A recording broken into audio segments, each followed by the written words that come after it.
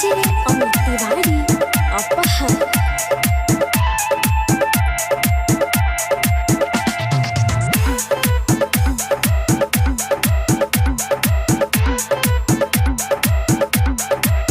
रहियो जे चढ़ल तो उतार दे लागे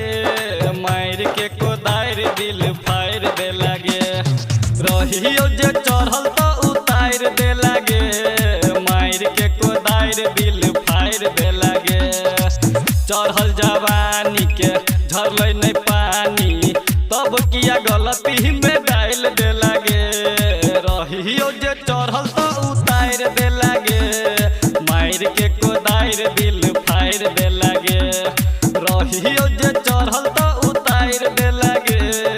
मार के कोदार दिल फाड़ दे लागे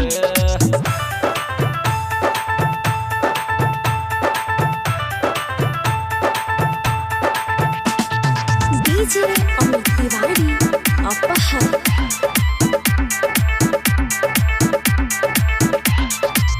बना के हे हर कहला देवर याद कर देने रहियो सोना के जेवर गे छौरी कही के हे हर कहला देवर याद कर देने रहियो सोना के जेवर दिया बुता के लायन हार गे तब किया बुझला छौरी हमारा बेकार गे रहियो जे चढ़ल तो उतार दे लागे मार के कोदार दिल फाड़ दे लागे रहियो जे चढ़ल तो उतार दे लागे मार के कोदार दिल फाड़ दे लागे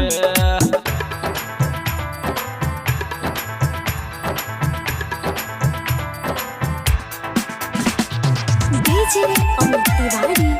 अपहर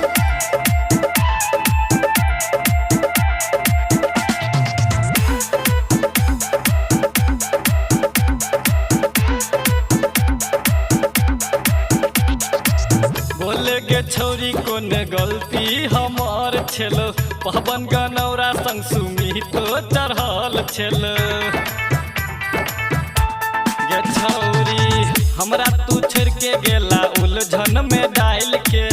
गायक बम भोली कहो राखै संभार के रहो गे लालन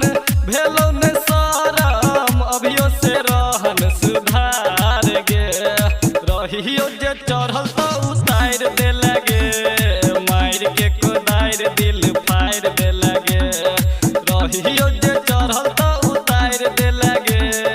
मार के कोदार दिल फाड़ दे